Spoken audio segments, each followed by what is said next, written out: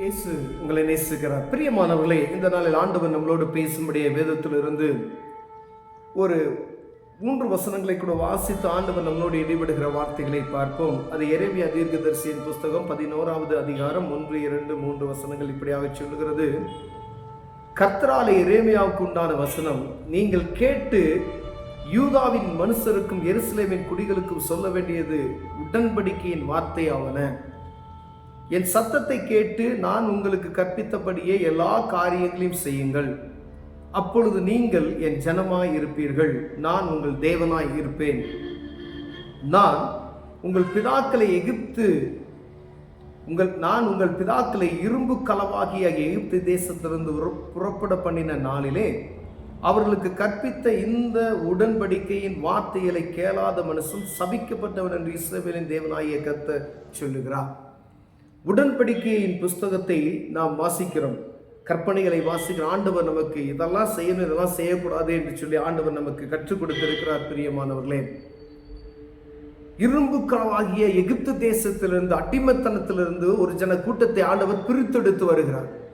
அடிமைப்படுத்தப்பட்ட அந்த இடத்திலிருந்து ஆண்டவர் மீண்டும் ஜனங்களை அழைத்து கொண்டு வரும்படி ஆண்டவர் அழைத்து வருகிறார். அப்பொழுது மோசேயிடம் சொல்லி அவங்க ஜனங்கள் நடக்க வேண்டிய கற்பனைகளை ஆண்டவர் எழுதி கொடுத்ததை நாம் வேதத்தில் வாசிக்கிறோம். பிரியமானவர்களே, அந்த கட்டளையின்படி, அந்த உடன்படிக்கையின்படி நடக்கிற மனுஷன் ஆசீர்வதிக்கப்படுவான்.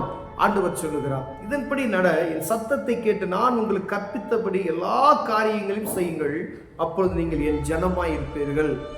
ஆண்டவருடைய பிள்ளையாய் நாம் இருக்கணும்னு சொன்னால் ஆண்டவருடைய சத்தத்துக்கு செவி கொடுத்து அவருடைய வார்த்தைக்கு கீழ்ப்படிந்து அந்த உடன்படிக்கைக்கு நடக்கிறோமாயானால் அவருடைய பிள்ளைகளாய் இருப்போம் என்று வேதம் சொல்லுகிறது. அப்படியே அல்ல அப்படின்னு சொன்னால் அவர்கள் சபிக்கப்பட்டவர்களாய் இருப்பார்கள் என்று வேதம் எழுதியிருக்கிறது. பிரியமான, ஒருவேளை இந்த வசனத்தை நாம் வாசிக்கணும் அப்படின்னா வேதத்தை வாசிக்கணும். முதல்ல நம்ம பைபிள் வாசித்தா மாத்திரம் நான் கர்த்தருடைய பிள்ளைகள், நான் கிறிஸ்தவர் என்று சொல்லுகிறது நிமித்தமாக நான் கிறிஸ்தவன் ஆக்கப்படுவதில்லை. வேத புத்தகத்தை அனுதினம் வாசிக்கும் பொழுது ஆண்டவருடைய வார்த்தை நமக்கு வெளிப்படும் என்பதை நாம் உறுதிப்பட வேண்டும். பிரியமானவர்களே, வசனத்தை வாசிக்கும் பொழுது ஆண்டவர் உங்களோடு என்ன பேசுகிறார், என்னோடு என்ன பேசுகிறார், ஜனங்களுக்காக என்ன பேசுகிறார் என்று அறிந்து கொள்ள முடியும். ஆண்டவருடைய பிள்ளைகளுக்கு ஆண்டவர் என்ன பேசினார், இந்த உடன்படிக்கையின்படி நட, அப்படி நடந்தா என் ஜனமாய் நீ இருப்ப, நான் உன் தேவனாய் இருப்பேன் என்று சொல்லி வானத்தையும் பூமியும் படைத்த சர்வ வல்லமையுள்ள தேவன் நமக்கு ஒரு உடன்படிக்கையை கொடுத்து அதன்படி நட அப்படின்னு சொன்னா, நீ அதன்படி நடந்தனா நான் உனக்கு கடவுளாய் இருப்பேன், நீ என் பிள்ளையாய் இருப்ப அப்படின்னு சொன்னா. ஒருவேளை ஏன் சத்தத்துக்கு நீ செவி கொடுக்காதபடி இருந்த அப்படின்னு சொன்னா நான் என்ன செய்வேன், உனக்கு நான் உதவி செய்ய முடியாது. பாருங்க, தேவனாய் கர்த்தர் உரைக்கிறது என்னவென்றால், கற்பித்த உடன்படிக்கையின் வார்த்தை கேளாத மனுஷன் சபிக்கப்பட்டவன் என்று இஸ்ரவேலின் தேவனாய் கர்த்தர் உரைக்கிறார் என்று சொல்லி என்று தீர்க்கதரிசியின் மூலமாய் உரைக்கிறார். பிரியமானவர்களே, சபிக்கப்பட்டதுன்னா எல்லாமே ஆசீர்வாதமற்ற ஒரு சூழ்நிலை. ஆண்டவருடைய கரம் இல்லை அப்படின்னு சொன்னா எதை தொட்டாலும் அது துலங்காது. ஆண்டவர் நமக்கு உதவி செய்யலன்னு சொன்னா எந்த காரியம் எடுத்தால் அது வாய்க்காமல் போகாது. அப்ப ஆண்டவர் செய்கிற அற்புதத்தை நாம் பெற்றுக்கொள்ள வேண்டும். அவருடைய பிள்ளையாய் நாம் நடக்கும் பொழுது மாத்திரமே ஆண்டவருடைய ஆசீர்வாதத்தை பரிபூர்ணமாய் பெற்றுக்கொள்ள முடியும். ஆண்டவருடைய ஆசீர்வாதத்தை ஏன் பெற்றுக்கொள்ளணும்?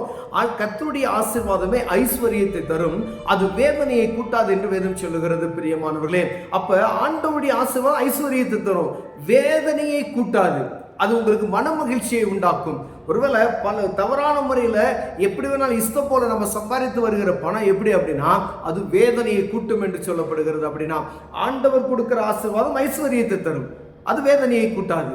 அப்ப மற்ற விதமான ஆசீர்வாதத்தில், மற்ற விதமான உலகப்பிரமான ஆசீர்வாதத்தின் நிமித்தம் வரக்கூடியது ஆசீர்வாதம் போல காணப்படும், ஆனால் அது மனதுக்கு வேதனை உண்டாக்கும் என்று வேதம் சொல்லுகிறது. பிரியமானவர்களே, அப்ப கர்த்தருடைய சத்தத்துக்கு செவி கொடுத்து நடக்கிற மனுஷன் பாக்கியவான்.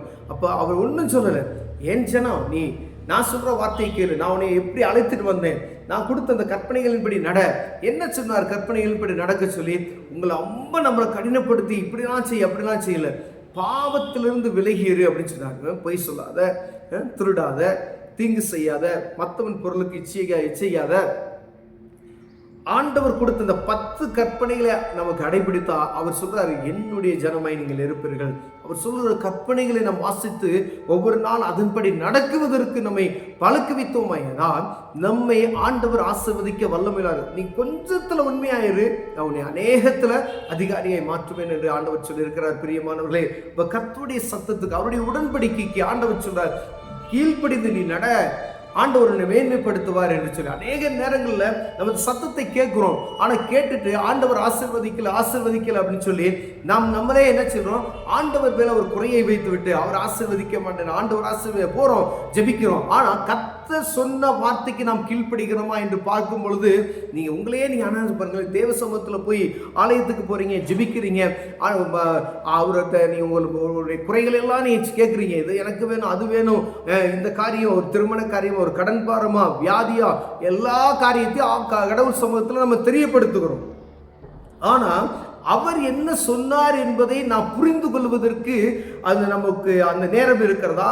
அப்போ அவர் என்ன சொல்லியிருக்கிறார் அப்படின்னு சொன்னா, வேதத்தை வாசித்தால் மாத்திரமே கடவுள் சொன்ன வார்த்தைகள் நாம் புரிந்து கொள்ள முடியும். அப்ப வேதத்தை வாசிக்க முடியாத அவர் சொன்ன வார்த்தையை நம்ம கேட்க முடியும். ஒருவேளை இப்ப நான் சொல்றது நிமித்தம் நீங்க கேட்குறீங்க, ஒருவேளை நான் சொல்றதே கேட்டு நீங்க நம்பிக்கை இல்லை அப்படின்னா, இந்த வேத புத்தகத்தை நீங்கள் எடுத்து வாசிக்கும் பொழுது கர்த்தருடைய சத்தத்தை நீங்கள் கேட்க முடியும், அதன்படி நடக்க முடியும். பிரியமானவர்களே, ஆண்டவர் ஆசீர்வதிக்கிறதுக்கு தடையா இருக்கிற காரியம், அவருடைய சத்தத்துக்கு செவி கொடுக்காதபடிக்கு, அவருடைய உடன்படிக்கையை கைக்கொள்ளாதபடி இருக்கிற மனுஷர்கள் என்ன செய்வார்களாம், ஆசீர்வதிக்க முடியாது என்று வேதம் சொல்லுகிறது. அவருடைய சத்தத்துக்கு செவி கொடுப்போமேனா ஆண்டவர் நம்மை ஆசீர்வதித்து உயர்த்த வல்லமையுள்ளவராய் இருக்கிறார். அவருடைய ஜனங்களாய் நாம் இருப்போம் என்று ஆண்டவர் சொல்லுகிறார். கண்களை மூடுவோம். ஜெபம். அன்பின் தகப்பனே, தர்மியான நாளுக்காய் ஸ்தோத்திரம் ஆண்டவரே. இப்போ உம்முடைய உடன்படிக்கைகளை கடைபிடிக்கிற இருதயத்தையும், அதை கற்றுக்கொள்கிற இருதயத்தையும், அதை அறிந்து கொள்ள இந்த வேதத்தை நாங்கள் வாசித்து ஆண்டவரே நீ பேசுகிற வார்த்தைகளை கேட்க எங்களுக்கு உதவி செய்வீராக. ஆண்டவரே, உமது பிரசனை எங்களோடு இருக்கட்டும். இயேசுவின் நாமத்தில் பிதாவே, ஆமென்.